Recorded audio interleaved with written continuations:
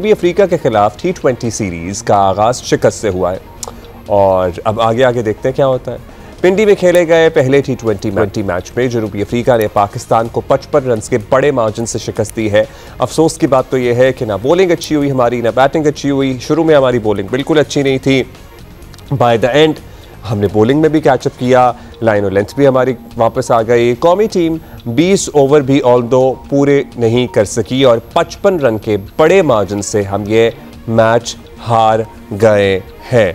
सो एक तफसील है हमारी कारकर्दगी की जो हमारे पास स्कोर कार्ड की सूरत में मौजूद होती है और वो बता दें। साहबजादा फरहान और साइम अयूब आए थे ओपन करने के लिए। साइम अयूब 37 रन बना सके, साहबजादा फरहान 24 रन बना सके। बाबर आजम 0 पे आउट हुए, उन्होंने कम बैक किया था, कोई रन नहीं बना सके। सलमान अली आका कप्तान 2 रन बना सके और फिर आगे nobody actually did well except for Nawaz जिन्होंने 36 रन पर आए। बॉलर्स में भी हमारी कारकर्दगी सबके सामने ही थी।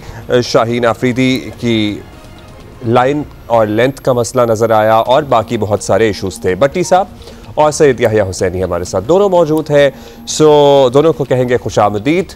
Good morning Yahya, what do you think? हमें उम्मीद तो थी क्योंकि अभी स्टैट्स की बात कर रहे थे हम कल ही, 12-12 मैचेस दोनों ने जीते हुए थे, पलड़ा बराबर ही था कहा जाए तो, और हम अभी एशिया कप में सेमीफाइनल तक पहुंच के आए हैं। ठीक है हमारी इंडिया वाली एपिसोड अच्छी नहीं रही थी लेकिन otherwise we qualified up to the semifinal. So what happened to us yesterday? हमारी कंडीशंस, हमारा होम ग्राउंड, हमारा घर। अब्दुल्ला, अभी आपने अपने इंट्रो में कहा कि आज प्रोग्राम करने के लिए आया, तो एक तो मौसम ने भी आपको धोखा दे दिया और दूसरा हुमा ने भी आपको धोखा दे दिया और हमारी टीम को तो हर किसी ने ही धोखा दे दिया है। तजुर्बेकार लड़कों ने भी धोखा दे रही है जी, और नए लड़कों ने भी धोखा दे दिया। मेरा ख्याल है कि इससे ज्यादा पाकिस्तान क्रिकेट बोर्ड आपको ओपन चांस कप्तानी हो, खिलाड़ी हो, दे नहीं सकता। मैं समझता हूं कि इंतहाई ये बदकिस्मत टीम है। इवन कोच हो गए आपके, सबको जितने मौके मिल रहे हैं ना टोन सेट कर पा रहे हैं। और अफसोस की बात तो अब्दुल्ला ये है कि कल ऐसे लगा कि जैसे जो पहला मैच था हमारा 14 तारीख को इंडिया के साथ एशिया कप में, वेरी फर्स्ट बॉल पर आकर चौका मारा था जिस अंदाज में शाहीन आफरीदी को इंडियन ओपनर ने, कल सेम मैच उसी तरह स्टार्ट हुआ। और मुझे कहीं ऐसा लगा कि हमारी टीम जो है वो गप्पे लगा रही थी और गप्पे लगाते लगाते जो है वो ग्राउंड में आकर खेलने लग गए। वो समझ रहे थे ये टेप बॉल का मैच है। और जो एटीट्यूड जनूबी अफ्रीका का था, उनको इस बात का बेहतर अंदाज में इदराक था कि भाई इस ग्राउंड पर आप जितना एग्रेसिव खेलेंगे, इस ग्राउंड पर आप जितना अच्छा टोटल लगाएंगे स्कोर बोर्ड के ऊपर, वो आपके काम आएगा। वो तो आप शुक्र अदा करेंगे बीच बीच में उनकी विकेटें गिर गई, अदरवाइज 250 से आप उनको रोक नहीं सकते थे। जो अफसोस की बात है वो ये है कि हमारे premier fast bowler Shaheen Afridi, कल उनकी जिस तरह धुलाई हुई है, कल जिस तरह उनकी पिटाई हुई है, ठीक है खेल में हो जाता है उनके, और नसीम शाह के 7 ओवर में कल 79 रन बने, चले ठीक है। उसके बाद 42 रन अबरार ने दे दिए। लेकिन जब जनूबी अफ्रीका की टीम बॉलिंग करने के लिए आई है, उनके पास पेस भी था, उनके पास लाइन और लेन भी थी, उनके पास गेम प्लान भी था। हमारे कप्तान को तो समझ ही नहीं आ रहा था कि किससे बॉल कराऊं, किससे बॉल ना कराऊं। लेकिन जनूबी अफ्रीका के ऐसा लग रहा था कि हम जनूबी अफ्रीका में खेल रहे हैं और जनूबी अफ्रीका वाले अपने होम ग्राउंड पर खेल रहे हैं। इंतहाई मायूसी हुई कल के मैच में, हालांकि मायूसी कुफ्र है, लेकिन मेरा ख्याल है कि हमारी टीम को प्रोफेशनल अप्रोच का मुजाहरा करना चाहिए। प्रोफेशनलिज्म की हमारी टीम में बहुत शिद्दत के साथ कमी महसूस की जा रही है। We say this याहिया कि हमारी टीम को प्रोफेशनलिज्म का मुजाहरा करना चाहिए। दीज आर प्रोफेशनल क्रिकेटर्स, इनके पीछे एक पूरी टीम है जो काम कर रही है, इतना बड़ा स्टाफ है, इतनी इन्वेस्टमेंट है, मतलब इनका काम ही यही है। This is their job, this is what they do, this is their profession. So हम क्या करें और क्या करें हम? भट्टी साहब, हम आप ही से जानेंगे कि हम और क्या करें। ये हमारे प्रोफेशनल क्रिकेटर्स हैं ना, हमने किसी और को, अमेरिका की टीम तो नहीं थी हमारी जो हमारे सॉफ्टवेयर इंजीनियर्स को हमने कहा कि आइए क्रिकेट खेल लीजिए। हम और क्या करें? फ़हीम अशरफ को भी लेके आए, वैसे हम उनसे भी हारे में जो पार्ट टाइम क्रिकेटर्स थे। देखें अब्दुल्ला, जब मीडिया के प्रेशर पर टीमें बनेंगी तो उसका यही नतीजा होगा। अगर हमने भट्टी साहब, मीडिया का कौन सा प्रेशर है? ये अभी कप्तानी जो तब्दील हुई है, या सलमान अली आगा जो आए हैं, या सलमान अली आगा जो हटे हैं, बाबर आजम, कौन सा? जियो सबसे बड़ा प्लेटफॉर्म है मीडिया में, कौन से मीडिया के प्रेशर पे टीवी बन रही है? देखें, बाबर आजम के बारे में बार बार मीडिया कहता रहा, बाबर आजम को आप बताएं, बाबर आजम ने कहां परफॉर्मेंस दी कि उनको कमबैक करवाया गया? एक टीम, यंग टीम खेल रही थी ना, उस टीम को। अच्छा, मैं अपने प्रोग्राम की तो गारंटी लेने के लिए तैयार हूं, और आई एम श्योर आप ही सभी लोग सारा दिन जियो पे होते हैं। हमने तो हमेशा बाबर आजम की इंक्लूजन पे सवाल ही उठाया था। अगर सोशल मीडिया की बात करें तो वो और बात है, या फैन क्लब की बात करें तो वो और बात है, लेकिन मेन स्ट्रीम मीडिया के किसी प्रेशर, और वैसे प्रेशर डालना भी नहीं चाहिए किसी को। हमारे बहुत सारे लोग अब्दुल्ला, और खासतौर पे हमारे यूट्यूबर्स, वो बहुत अरसे से ये कैंपेन चला रहे थे कि बाबर आजम को वापस लाया जाए। 11 महीने के दौरान पाकिस्तान ने 26 मैच विदाउट बाबर आजम खेले और नई टीम सेट हो रही थी। अचानक, मैं ये नहीं कह रहा, no disrespect to Babar Azam, कि बाबर आजम की क्रिकेट खत्म हो गई है, लेकिन बाबर आजम को आप कहते हैं आप फर्स्ट क्लास क्रिकेट खेलें, आप डोमेस्टिक क्रिकेट खेलें, उसके बाद पाकिस्तान टीम में आए। लेकिन जिस दिन वो 49 पर नॉट आउट थे टेस्ट मैच में, उनको अचानक हमने T20 टीम में डाल दिया। अब देखें, ये साउथ अफ्रीका की वो टीम नहीं है, साउथ अफ्रीका की मेन टीम अभी भी नहीं आई, ये दूसरे दर्जे की उनकी टीम है।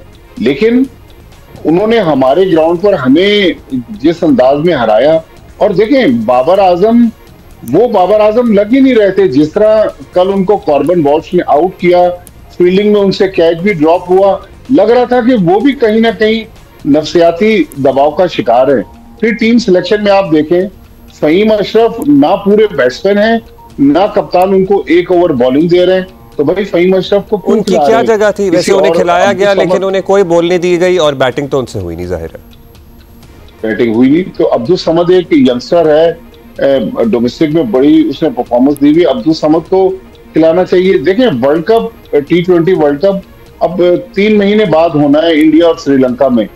दुनिया की सारी टीमों ने प्रिपरेशंस कर ली हैं, उन्होंने ये सुन के ना हमें हॉल उठते हैं कि अब लिटरली 3 महीने बाद हमें वही एक्सपीरियंस करना पड़ेगा जो हम अभी एशिया कप में करके गुजरे हैं, और अभी कर रहे हैं, और आगे भी शायद करेंगे, क्योंकि हम बड़े मुतमईन थे सारे कि हमने, you know, we have taken a step forward, but again when we take a step forward we take 2 step backwards. So या वही बात है। मगर मैं भट्टी साहब ने कहा जी, मीडिया के प्रेशर पे हमने जब भी बात की है बाबर आजम की इंक्लूजन पे, हमने हमेशा ये कहा कि माइक हैसन ये कहते थे कि इनको अपनी स्किल पे काम करना पड़ेगा, जो इनकी शॉर्ट कमिंग्स है उनको इम्प्रूव करना पड़ेगा, फिर इनकी वापसी का रास्ता मुमकिन हो पाएगा। क्या इन्होंने काम किया? नहीं। क्या ये कहीं हमें नजर आए खेलते हुए? नहीं। फिर इनको किस वजह से वापस लिया गया? We all have been saying this, लेकिन at the same time Babar Azam is one player, there are 10 others as well. Yahya साहब, वजह फरमाया अब्दुल्ला आपने, लेकिन बात दरअसल ये कि ये टेलीविजन पर, यूट्यूब पर, जिस तरह माजिद भट्टी साहब ने फरमाया, हमारे जो एक्सपर्ट हैं वो सारे सोल्यूशन आपको बता रहे हैं, सारे वो आपको गिमिक बता रहे हैं कि जीत का फॉर्मूला क्या है। अगर किसी को जीत का फॉर्मूला नहीं पता, अगर कोई खेलना नहीं चाहता, तो शायद हमारी मैनेजमेंट और हमारी टीम, देखिए, आप पाकिस्तान के लिए नहीं खेलेंगे तो फिर आपकी कोई जगह नहीं है। अफसोस की बात यह है कि जो माजिद भट्टी साहब ने मीडिया के प्रेशर की बात की, माजी में ये होता रहा है कि हमारे खिलाड़ी बांग्लादेश प्रीमियर लीग में परफॉर्म करते हैं, कैरेबियन लीग में परफॉर्म करते हैं, चलो जस्टिफाई करता है कि उस लीग की बुनियाद पर आपने उनको टीम में ले लिया। अब आपने कौन से ऐसे झंडे गाड़ दिए हैं जिसकी बुनियाद पर आपने नसीम शाह को टीम में लिया, बाबर आजम को टीम में लिया? अभी आपने खुद फरमाया कि जी एहसन कह रहे थे कि ये टेक्निकल फॉल्ट है, वो टेक्निकल फॉल्ट दूर हो गए। वो टेक्निकल फॉल्ट दूर होना तो छोड़ दें, आप स्विट्जरलैंड में जनाब सैरें कर रहे हैं, और फर्स्ट क्लास क्रिकेट जहां पर आप जाकर जो है अपनी गलतियों की आइडेंटिफाई कर सकते हैं। नहीं, क्योंकि आपको पता है कि सोशल मीडिया टीम, कैंपेन्स आपको टीम में लेकर आ जाएंगी। वो टीम में तो आपको लेकर आ सकती हैं, लेकिन बल्ले के साथ, बॉल के साथ आप परफॉर्म नहीं करेंगे। हमारे कप्तान का हाल देख लीजिए आप। सलमान अली आगा को क्रिकेट बोर्ड इससे ज्यादा स्पेस दे नहीं सकता, सलमान अली आगा को इससे ज्यादा थपकी मिल नहीं सकती। वो खुद क्या कर रहे हैं, ना बॉलिंग कर रहे हैं, ना उनसे बैटिंग हो रही है। अब आप मुझे बताइए कि हमारा एक प्लेयर था जिसका नाम फखर जमान था, जो कंसिस्टेंट था, उसको आपने कह दिया डोमेस्टिक क्रिकेट खेलो, चलें जी डोमेस्टिक क्रिकेट खेल लो। फिर रिजर्व में आपने उसको क्यों रख दिया? हम रो रहे थे हारिस रऊफ के ऊपर कि जी उनको खेलते हुए इतना टाइम हो गया, ना वो गेंद डालते हैं, ना वो रन रोकते हैं। अभी मैंने आपको बता दिया शाहीन शाह अफरीदी तो खेल रहे थे, शाहीन शाह अफरीदी को आपने T20 की परफॉर्मेंस पर टेस्ट टीम में डाल लिया। फहीम अशरफ का क्या कसूर है? फहीम अशरफ किसके कंधे पर सर रखकर रोई है? अब्दुल्ला मुझे ये बताइए, आप उनको एज ए बैट्समैन खिलाने को 90 नंबर पर कौन सा बैट्समैन खेलता है? आप उसे बॉलिंग नहीं करवा रहे। ये वही फहीम अशरफ है ना यार, जो एशिया कप में नया बॉल शाहीन शाह अफरीदी के साथ शेयर कर रहा था। यहाँ पर अब अफसोस की बात यह है कि जो टीम में थे वो टीम में नहीं है, जो बेंच पे बैठे हुए थे वो जनाब टीम के साथ मौजूद है। अभी उस्मान खान टीम में वापस आए हैं। उस्मान खान जो है वो 5वें नंबर पर बैटिंग कर रहे हैं। हसन नवाज जो है वो उनसे नीचे बैटिंग करने के लिए आ रहे हैं। हम किसका रोए अब्दुल्ला, मुझे बताइए। मतलब इतनी ज्यादा कॉम्प्लिकेशंस हैं और फार्मूला वही वाली बात है ना कि किस किस की बात करें। और फार्मूला क्या, फार्मूला तो शायद कोई होता ही नहीं है। फार्मूला तो वो होता है जो आप उस वक्त तरतीब देते हैं, उस वक्त आप अखज़ करते हैं कि आपने इन कंडीशंस में मौजूदा सेटअप में मौजूदा प्लेयर्स के साथ किस तरह ग्राउंड में परफॉर्म करना है। लेकिन at the same time another thing या टीवी पे तज्जिए करना या राय देना या फार्मूला पेश करना आसान है। जब टीवी वालों को ही कहा जाता है ना कभी कि आइए ज़रा बता दीजिए, तो फिर ऐसे फैसले होते हैं जिसका खमियाजा फिर क्रिकेट भुगतती है। सो आई थिंक मैं आपको ये बता दूं, मैं ये बता दूं कि वो आप ग्राउंड में जाकर काम करना तो दूर की बात है, टीवी पर बैठकर बात करना और क्रिकेट बोर्ड में जाकर काम करना दो डिफरेंट काम है। या तो 2 मिनट बोल दिए, खामोश हो गए। Absolutely, this is what I am trying to say. तो फिर वो ऐसे फैसले होते हैं कि हम फिर देखते हैं कि सलमान अली आगा साहब हमारे कैप्टन थे और वो क्यों है वो नहीं पता लगता। अच्छा, अब भट्टी साहब बताइएगा अब क्या करें, मतलब how do we go forward from this? हम फिर कोई मतलब हम यही करते रहेंगे? सीरीज तो चले अभी है और होपफुली कुछ बचा लेंगे, लेकिन this is really a tragedy जो कल हमारे साथ हुआ है, because this is a home ground and this should not have happened. देखिए 17,750 लोग अब्दुल्ला मैच देखने आए और आपको पता है पाकिस्तान में कितनी मुश्किल कंडीशन होती है क्राउड के लिए। और क्राउड फिर अगर बिल्कुल वन साइडेड मैच हो जाए तो क्राउड भी दिल बर्दाश्त हो जाता है। मेरा ख्याल में ठीक है, पहला मैच हम हार गए हैं, पैनिक बटन हमें नहीं दबाना चाहिए। हमें इसी टीम को बाकी 2 मैचेस भी खिलाने चाहिए, क्योंकि हसन नवाज की एशिया कप में बहुत बात हो रही थी कि यार हसन नवाज को बाहर बिठाया हुआ है, बड़ा टैलेंटेड प्लेयर है हसन नवाज, लग रहा उसने भी गलतियों से सबक नहीं सीखा। उस्मान खान अचानक टाइगर ट्रॉफी खेलते खेलते अमेरिका चले गए, पीसीबी ने उनको एनओसी दे दी, फिर आकर उन्होंने पाकिस्तान की तरफ से विकेट कीपिंग भी की, लेकिन बैटिंग में उस्मान खान भी कुछ नहीं कर पा रहे। मेरे ख्याल में अब अगर कहीं हमें सोचो विचार की जरूरत है अगर, तो मेरे ख्याल में वो सलमान अली आगा के बारे में सोचो विचार की जरूरत है, क्योंकि अगर कप्तान फ्रंट से लीड नहीं करेगा तो फिर मसाइल पैदा होंगे। फिर वो कप्तान दूसरे प्लेयर्स को किस तरह कहेगा कि आपने ये गलत शॉट खेला या ये गलती की। तो मेरे ख्याल में consistently not performing and consistently not performing, like consistently not, मैं इसलिए कह रहा हूँ क्योंकि ये मुसलसल हो रहा है।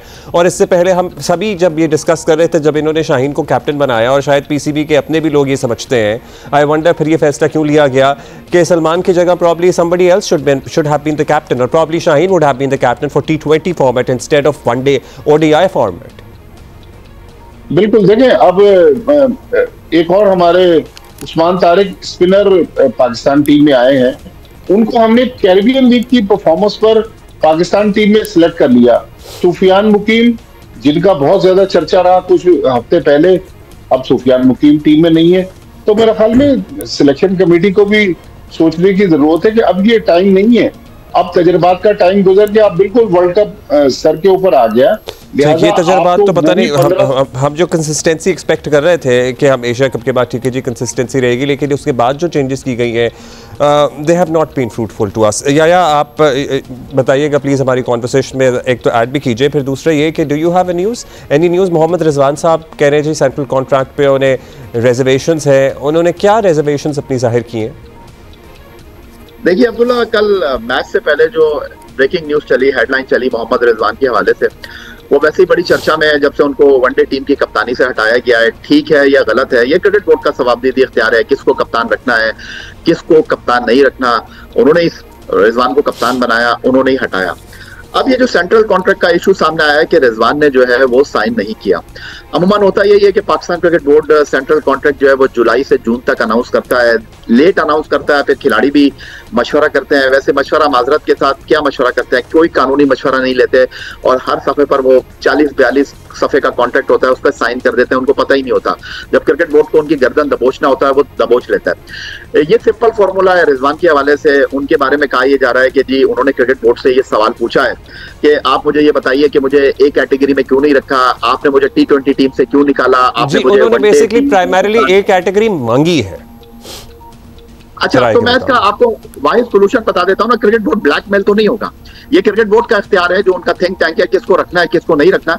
लेकिन रिजवान साहब का भी अपना इख्तियार है, तो इसका बहुत सीधा सिंपल तरीका है। क्रिकेट बोर्ड जो है वो एक डेडलाइन अनाउंस कर देगी, जी इस तारीख तक जो सेंट्रल कॉन्ट्रैक्ट अनाउंस करेगा उसको मिलेगा सेंट्रल कॉन्ट्रैक्ट। आपके टेस्ट कैप्टन शान मसूद को उन्होंने डी कैटेगरी में रखा, कप्तान भी रखा उनको उन्होंने दूसरी तरफ।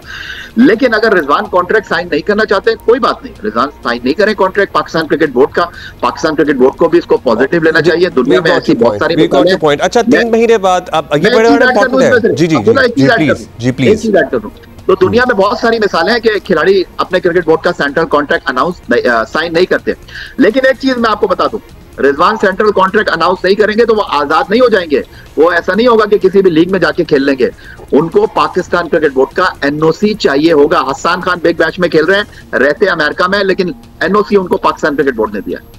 आई एम श्योर उनके जो लीगल एडवाइजर्स हैं उनको ये बता चुके होंगे। अच्छा, 3 महीने रह गए वर्ल्ड कप में, जाहिर है या how do we go forward from here? Salman Ali Agha के साथ ही अल्टीमेटली जाएंगे? दोनों का कमेंट चाहिए मुख्तसरन, भट्टी साहब आपका भी या आपका भी, क्योंकि सलमान अली आगा की कप्तानी और उनकी परफॉर्मेंस तो चले है ही नहीं, उनकी कप्तानी आपको आप कैसे जस्टिफाई करेंगे आप? मेरे ख्याल में अब्दुल्ला अब तो टाइम नहीं है कि हम चेंज करें, इसी कप्तान के साथ हमें आगे जाना पड़ेगा। लेकिन मेरा ख्याल में मोहम्मद रिजवान की जो याहिया बात कर रहे हैं बिल्कुल दुरुस्त कर रहे हैं। मोहम्मद रिजवान के जो रिमोट कंट्रोल है ना किसी और के पास है, तो आपके पास चूंकि टाइम नहीं है तो फिर किसी और प्रोग्राम में उसकी डिटेल बताएंगे। जी या योर कमेंट? देखिए, सलमान अली आगा को क्रिकेट बोर्ड के साथ बैठना पड़ेगा। क्रिकेट बोर्ड ने उनको एतमाद किया है। देखिए, अभी एक्सपेरिमेंट का टाइम माजरत के साथ अब्दुल्ला खत्म हो गया। अभी आपने फहीम अशरफ की बात की, माजिद भट्टी साहब ने बात की। आप तय कर लें आप उनको किस फॉर्म में खिला रहे हैं, आप बैट्समैन खिला रहे हैं, बॉलर खिला रहे हैं। यार, एक आदमी को जब आपने मौका दिया है उसने आपको डिलीवर करके दिया है। आप ये तय कर लीजिए कि सलमान अली आगा का इस टीम में क्या रोल है। अगर वो नहीं फुलफिल करते तो भाई तब्दील करने में कोई हर्ज नहीं है, लेकिन सलमान अली आगा को अपने ओहदे से खुद इंसाफ करना होगा। आप शाहीन आफरीदी की तरफ देखेंगे, कल उनकी कितनी पिटाई हुई है आपके सामने है। आप बाबर आजम को लेकर आ गए हैं, अवाम के प्रेशर पे, सोशल मीडिया के प्रेशर पे। परफॉर्मेंस उनकी क्या है, अगले मैच में रन करेंगे नहीं करेंगे, एक मैच में 40 कर देंगे। मुझे तो इंतहाई अफसोस के साथ आपको ये कहना पड़ रहा है कि ये कौन सी क्रिकेट हो रही है कि आपका साहबजादा फरहान टॉप परफॉर्मर आउट होकर जा रहा है, और खुशी इस बात की है कि बाबर आजम ग्राउंड में आ रहा है। जब इस तरह के मामलात होंगे तो फिर हम ये सोच लें कि हम खुश किस पर हो रहे हैं और रो किस पर हैं। इसका मतलब ये है कि क्या इस सोच के सामने फिर क्या घुटने टेक दिए जाए? मतलब ये क्या कोई फैन क्लब है, कोई कल्ट है, क्या है? ज़ाहिर परफॉर्मेंस होगी तो फिर जगह बनेगी टीम में। बहुत शुक्रिया आपका याया हुसैनी, बहुत शुक्रिया माजिद साहब। लेकिन हमने देखा है कि चेयरमैन पीसीबी पर्टिकुलरली, उनके पास एक और ओहदा भी है इस मुल्क में, बड़ा इंपॉर्टेंट होता है। मीडिया पे, सोशल मीडिया पे बड़ी तनकीद होती है, लेकिन इस तरह उसका असर लिया तो नहीं गया आज तक। तो ये इस मामले में क्यों असर लिया गया और किसने असर लिया है? पीसीबी में किसने असर लिया है इस बात का कि जी बाबर आजम को विदाउट एनी प्रोग्रेस, जो कि इससे पहले बताया गया था कोच की तरफ से कि वो जब काम करेंगे तो उनकी वापसी होगी, काम उन्होंने नहीं किया, लेकिन उनकी वापसी हो गई है।